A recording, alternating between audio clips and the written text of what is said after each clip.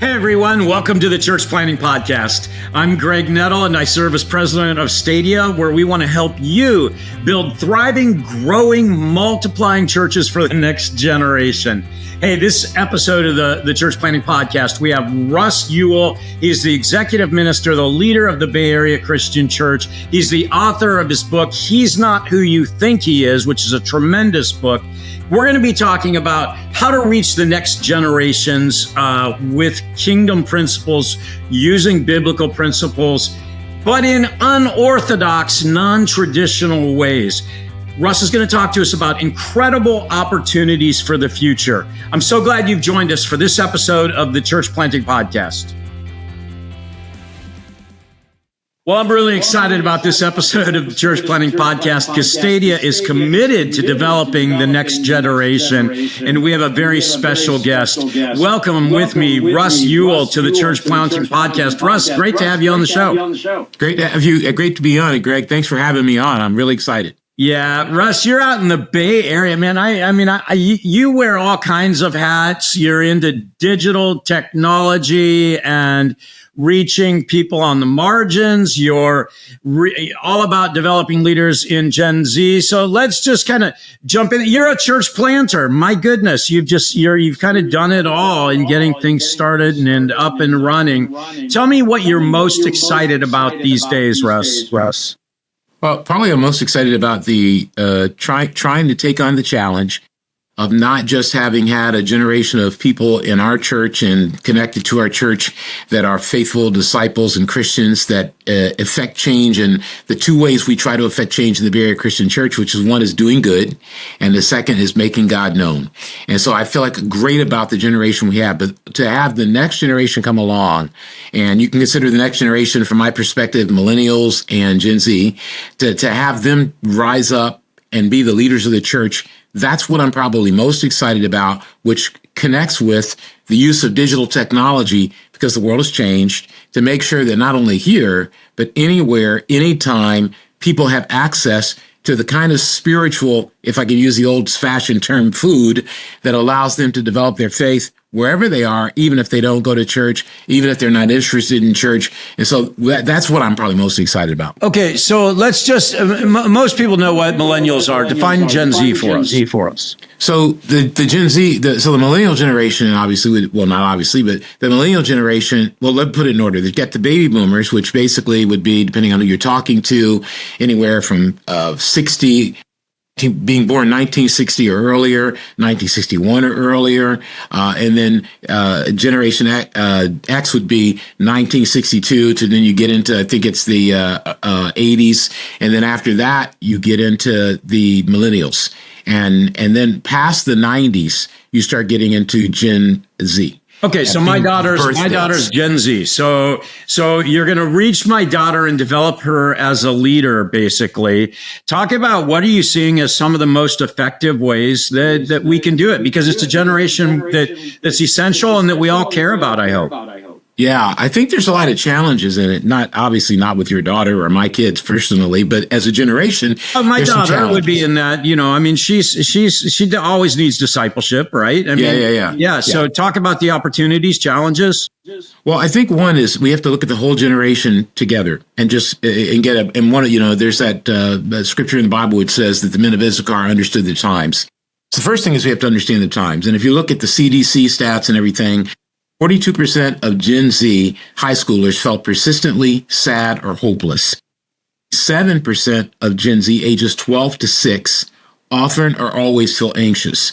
And so you're talking about persistent hopelessness and then anxiousness, and then 58% of Gen Z report a lack of meaning or purpose. Now, I just had a conversation on Sunday with a young man who came up to me and he said, he actually asked me earlier, say, can I talk to you for a minute? And I said, yeah, let's chat. And on this particular day, I wasn't speaking. Our actual millennial leaders were speaking. And so he said, Russ, he said, I'm lost. I go, okay, what do you mean? And there's some particulars to his personal situation, which I won't mention here, but, and I go, what do you mean? He goes, I have no purpose. I have no sense of purpose. And it really moved my heart. And I don't think that's an unusual thing for that age group, but it's more unusual when you look at the statistics. One, the pandemic, I think even though everybody has forgotten about it, its impact on this generation, disrupting school. I can't imagine. I mean, you and I were talking off mic about being Ohio State, you an Ohio State fan, me a Michigan fan. Well, I can't imagine it growing up in high school, football, I played basketball. I can't imagine having that all taken away. I don't know what that would have done to my mental health. I don't know what that would have done to my relationships. And all the social relationships, a youth group at church. I mean, everything. Yeah, it's all disrupted. And so 61% of young adults say they feel serious loneliness. There's a Harvard Graduate School of Education study that was done that said 61% is serious loneliness. So the way we attack this is first saying, okay, we're going to have to approach this generation a little bit differently. They face different things. And one is this mental health component is important. I'm not saying all of them have clinical mental health challenges, though some do, but I'm saying we have to address the real need they feel. And then you've got all of the internet / social media / AI component, which produces, I think, there's different sides of the argument, produces a lot more loneliness, because even though you can text your friends and message your friends and do videos and FaceTime, I mean, we're older. We know there's something to seeing your friends face to face and doing stuff with them all the time. And so what we do is we approach it from three different positions. One, emphasis on relationship with God, because I think that sometimes is missed, and we end up putting kids into a behavioral model instead of them getting into a model of discipleship that makes sure we're reaching the heart. And if you meet the needs of the heart, you're going to address anxiety, you're going to address loneliness, you're going to address all the challenges. And I remember being an adolescent. I mean, socially, I was trying to figure out what was going on. Who am I? How do I ask a girl on a date? How do I not freak out when they put the full court press on us in a basketball game? I mean, there's a lot of stuff you're juggling. So we try to meet people's mental and emotional health needs and also educate them about how those things affect them, and then point them to God is an answer that you've got to look at. I just finished a series on my site called Deep Spirituality called The Psychology of Walking with God. And I wrote that really a lot for people that are a bit older and parents about how we can connect with our kids, how we can connect the psychology that they go through, the emotional, spiritual things, with the need for and the satisfaction we get from a relationship with God. Then after we get them kind of that foundation with a relationship with God, we give them vision. And I believe that a lot of what young people need is vision. I needed it. I'm sure you needed it. They need a vision for not just, hey, can I be president of the United States? No, a vision for being a preschool teacher, a vision for being a coach of a little league team or of a middle school team, a vision for, we have in our church called eLife, a special needs and typical kids programs where inclusion is done. I love that, man. A lot of these kids, they become a coach. One of the things I was very ambitious young, so I was like, I want to be this, I want to be that. And what I've had to learn is everybody can have an ambition, but they don't all have to be big and noisy.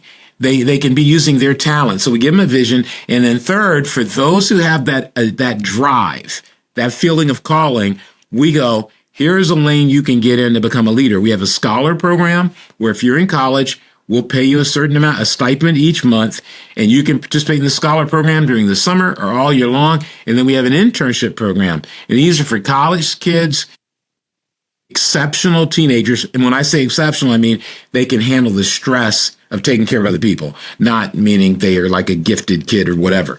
And so we have those three angles: foundation, relationship with God; second, personal vision; third, a path to learn how to become a leader. Some people go into the ministry. We had some people become engineers and become software engineers. Some people become teachers.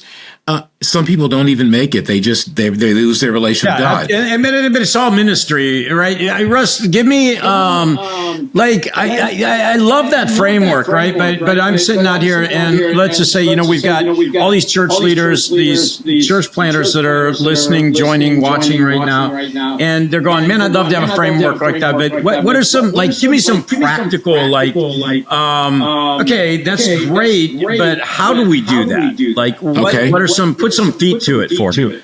All All right, I'll start with, my oldest son who's been a Christian for, 12 years now, and he has Down syndrome.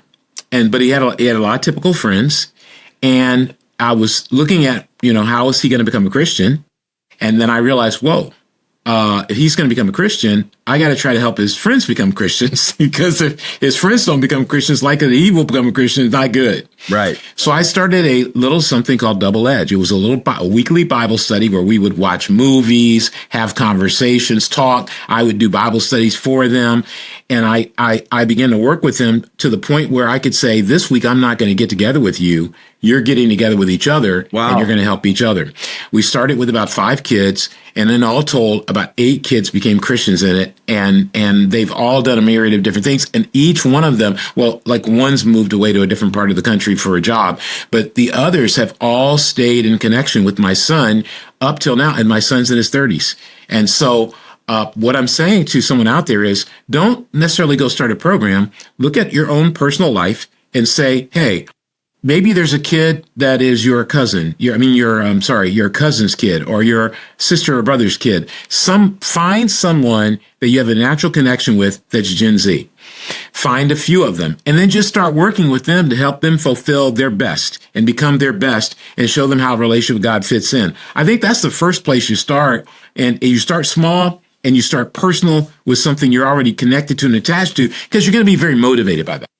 Russ, we did a very similar thing with our daughter. We were, I was talking about her being Gen Z, and they're about the same age. And we called it Pizza and Jesus. And we just started inviting some of her, she could invite her friends over. And it was just it was a safe place. We'd provide the food and, pizza or Taco Bell or whatever. And then we would just talk about stuff. I always had topics ready, but it's kind of a similar thing. I never thought about it, but it was, we were really doing it, to be honest with you, for our daughter. And it turned into this other space, if you will, to disciple young people. And so sometimes it's as simple as that, like you said, but we really don't think about it intentionally. Russ, Gen Zs kind of have gotten, I think, a bit of a bad rap for maybe not caring about spiritual things. But what's your experience? Well, I'm going to use 2 things. One, I love football. Okay. And I really in spite of being a Michigan fan, we'll let you go with that. Hey, where's the compassion? Where's the compassion? You're having a rough year. I'll give you that, man. We're going through some difficult times right now. I need pizza and Jesus. Maybe you could do that for me. I know, right? Let me send you some. But I think, I agree with you 100%. They're getting a bad rap. When I was a kid, I remember people talking about my generation and categorizing us and putting qualities on us that they said we were like. I think every young group is young. And so that's where I start, and they're all going to go through different things. But when I mention college football, the reason I mention it is when you look at college football and you see these are Gen Z guys playing. That's what you're watching. You're watching Gen Z guys playing. And when you look at some of these kids, Ohio State's had a number of them, Michigan too. After these games, there's a bunch of them gathered together and they pray.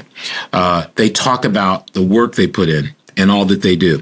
And these kids are playing football at a higher level than we've probably ever seen in college football. Just especially, you take your guy, Jeremiah Smith, that guy is amazing. I don't even understand a kid like that. Right. That level of maturity, the level of strength. What am I trying to say? I'm trying to say we can't judge Gen Z by what might be outliers. People who look like they don't, those kids may have challenges that I described, loneliness, anxiety. And we have to remember, they went through a pandemic. Other generations haven't. I mean, you have to go a little bit far back. I mean, depending on who you are, and say what generation has been, I don't want to overuse this psychological term, what generation has been traumatized or at least went through a rough time as that, which is 3 to 5 years. And so to me, what I see in my personal experience is they're very open. They're humble.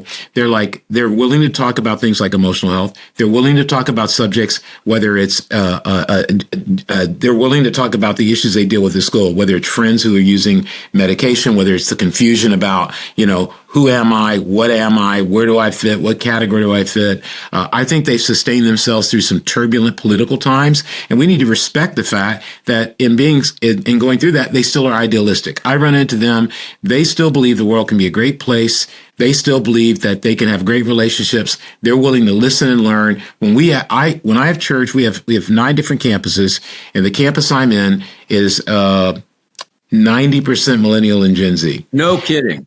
Yeah, it is. And so that group, which obviously I'm like a grandfather over there, but that group are, when I speak and talk about some of these subjects, they are locked in. They want to know. They want answers. I think we can't judge it by the headlines. We have to judge it by our personal experience with them. And even hearing you talk about your daughter, that she is representative of kids who are saying, hey, I'm open, but church, don't come and just lock me into behavior. Because I do think that this group, more than any group, doesn't want behavior. They are not into that. And so if we come with hey, here's our particular denomination, and this is how we do it. Here's our rules and traditions, and lock in on this. This is how we do that. I think it's going to be difficult because I think they think a little more out of the box. And it doesn't mean they don't want the Bible, but sometimes maybe they don't want to inherit a framework that is not necessarily biblical. And so what I'm hearing you say, and correct me if I'm wrong, is we've got to start with relationship and trust, and then kind of as it morphs, bring in the Bible and what it means to be a disciple. Yeah. Okay, move me towards leadership now. Now, is this a structured leadership development program? Oh, yeah. So there's the elements of, again, the foundation is the relationship with God part. And then the next step that goes with that is a sense of vision, and not our vision, but like God's got a vision for your life. And so then you get into the leadership. Leadership doesn't work if you don't have the relationship with God down. And so Our leadership program begins to, if you want to, superpower that relationship with God aspect. We teach a lot about that. I wrote a book called He's Not Who You Think He Is, and we use that in the program so that people can begin to learn, hey, my view of God, it's the old A.W. Tozer comment, that the most important thing about us is our view of God. And so we work a lot on that, because if the view of God isn't right, we become behavioral. And so then another part of it is the relationships. You talked about building relationships. We work a lot on helping them build relationships. How do you have compassion on people? How do you have empathy on people? How do you help someone develop their faith? And so in the program, we're training people on that. Then we also do a component of service, doing good. Like, you can't just, like in our church, we don't have people who only do ministry. If you're paid by us, we expect you to have what we call a hybrid or a vocational side. So some of our people are ministry work for us, but they also work in a role for software engineering. We don't do it for money, for them to make money. We do it so they're stay connected with the everyday person's experience of life and don't live in a pastoral bubble, if you would. And so we try to teach them to do good. So we expect them to be out there serving. A lot of them serve in our eLife program, but they also serve in other programs. And so we're trying to get that relationship with God honed down, learning relationships, how to build them, how to work with people, how to befriend people, how to serve people, how to do good. And so that's the structure of it. And then we also finally teach them how to actually use the Bible to help someone develop faith and develop a knowledge of the Bible, because without a personal knowledge of the Bible, it's going to be real difficult to help anybody else. How much is Gen Z attracted to doing good? Well, I would argue that millennials and Gen Z have a deep commitment to doing good. I think some of the strongest people who push some of the environmental things that they believe in, whether you believe, not you, but whether a person believes in that or not, they're big on climate change. They're big on the sexual trafficking and stopping that. Yes. Like, they're very cause oriented. And I actually think too, they're a lot less about who's in charge. They're not as into that. They're more like, what are we going to do together? Can we do this together? They're not fighting for leadership and power. So they have a lot of potential for making the church a very different place for the good. And I always tell our young leaders, you're going to figure out things that I wasn't doing right, and you're going to correct it. My joy will be sitting there when you figure it out. Absolutely. That's my goal, to be able to not be grumpy and angry, but to be happy that they figured it out and took us to that next spot. Russ, I want to come back. You are the author of your book, He's Not Who You Think He Is, and it's subtitled Dropping Your Assumptions and Discovering God for Yourself. Is that a good framework? Like, everybody should read that, but I'm asking you, do you feel like it's a good framework? Like, is that a book you hand to a Gen Z, or is it something you might walk through with a Gen Zer? How should we use your book?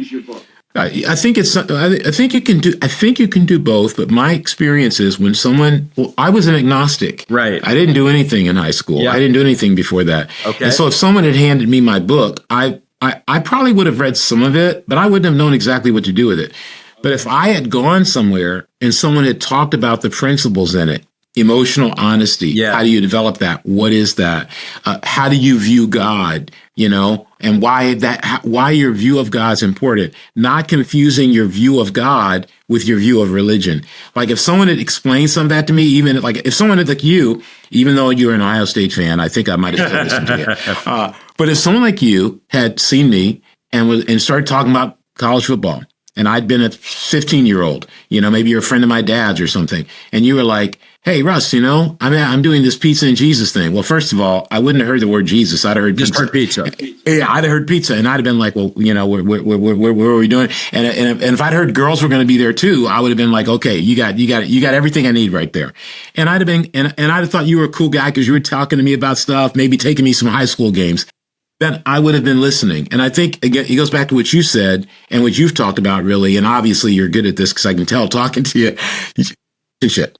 Once that relationship is really built, then amazing things happen. And I think that's how so the book can be utilized to give to someone, but if you introduce it to them by talking about the principles in it, then you can actually do it. And I think some people I know have turned it into actual studies they use with teenagers. And so they actually read the book, and then they took things out of it and put together their own personal little studies they do with teenagers that are based on the principles in it. So there's a lot you can do with it. Well, and that's where I was going. He's Not Who You Think He Is. You can pick that up, anywhere books are sold, or Kindle, or whatever, however you want to use it. But what I would suggest is, like, if you're going to do a group like Pizza and Jesus, it is a great framework to use those, like, emotional honesty. I mean, what a great topic for a group to talk about. Russ, you're also into technology, probably more than most guys our age, right? I mean, I love technology. It's one of my favorite things, and I love the future it's opening up. But, like, talking about the mixture of technology, Gen Z, what you're seeing, things working, challenges, things like that. Yeah, I think that my view. So I have a company I started called Digital Scribbler that creates communication software, particularly for kids with special needs, and we do some other cool stuff as well, which is basically inclusive software and inclusive technology. And someone can go to digitalscribbler.com and they can read all about that. But my belief is that technology helps us overcome our human limits, and so that's especially important with people with special needs. But it's true of anyone. Absolutely. It's true of someone with dyslexia. And, you can use meta glasses, and meta glasses can help you if you have dyslexia. So there's a lot of different things you can do. And so I'm like extremely bullish on technology, and I've been working on it and working in it since, a long time. I mean, you're right in Silicon Valley. That doesn't hurt. Yeah. I was, believe it or not, I was doing it before I moved here. So okay. I was seeing what it could do then, but coming here, it's like being on steroids in a good way. But I think that the challenging part is that a lot of people's use of technology, because of the algorithms, we've heard that word a lot. Yeah. And the way companies make their money, and I'm not trying to make a political statement, I'm making a factual statement. It's about getting you to pay attention. And so these applications that keep kids hyper-focused and very concerned about where they stand relative to their friends, not even talking about bullying, but talking about, my friends got this and got that, and no one posted or went here or went there. Yeah, that's it. And so, or they only weigh this much, and or they got these new clothes, or they got. And so it used to be in the olden days when you went home, you were done. You went to high school, you got home, you got a mental break. They get no mental break. So there's a twofold thing. There's the ability of technology to help people overcome their human limits and be able to master some things that might have been more difficult if they didn't have the technology. At the same time, there's a overwhelming, and I think a lot of the statistics, anxiety, loneliness, overwhelming impact of social media and other forms of technology to make people really be more anxious, more overwhelmed, more isolated, because you can go and play a video game in your room and you can feel like you're with people because you're playing with people, but you're actually completely alone. And that's done a lot of damage. And so I think we as parents have to really be proactive in helping the kids use technology to overcome human limits and also be proactive to educate them. And I want to say this is the last thing.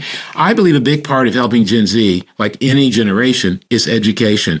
And I was just talking to guys about, we don't always have to go in and tell people they're wrong or they're messing up or whatever. It's about educating them. And I did a whole message on some of the statistics I mentioned to you. And I talked about, this is what's happening to your generation. This is why you may be going through this. These are some of the things you've got to discipline yourself on if you want to be able to limit the anxiety that's created. That not everybody is having the experience that they post online 24 hours. They're giving you their best life. They're not giving you your true life. And so education really helps people a lot as well. You're sounding hopeful. About the next generations. I am. I think we have to be willing to, so scriptures and Proverbs would say for parents, you have to be willing to deal with the heartbreak and the grief. Some people, like any generation, they're not going to navigate this and they're not going to develop their faith and they're going to face some serious consequences. We need to be there for them when they learn. At the same time, many of them are going to respond very well and they're going to make a tremendous impact. And what I look forward to is a whole new generation of leaders in our church and other churches that I actually think, and I just say this, I'm not political, but I think it'll help our whole country. Absolutely. As these young generations come up and they don't carry the baggage of older generations. So I think I'm extremely hopeful. So go to russewell.com and you can find out a lot more about Russ. Is that the best way, Russ, if anybody wants to get in contact with you or find out more? Yep. That's right. That'll work. Russ Ewell, check out his book, check out his technology. And Russ, I've so appreciated you being on the Church Planting Podcast. Thank you. It's been a joy. Great to be with you. Thanks for listening to the Church Planting Podcast. The Church Planting Podcast is part of the Stadia Podcast Network. To find more great episodes and to see how Stadia can help you start thriving, growing, multiplying churches for the next generation, be sure to check out stadia.org/podcasts.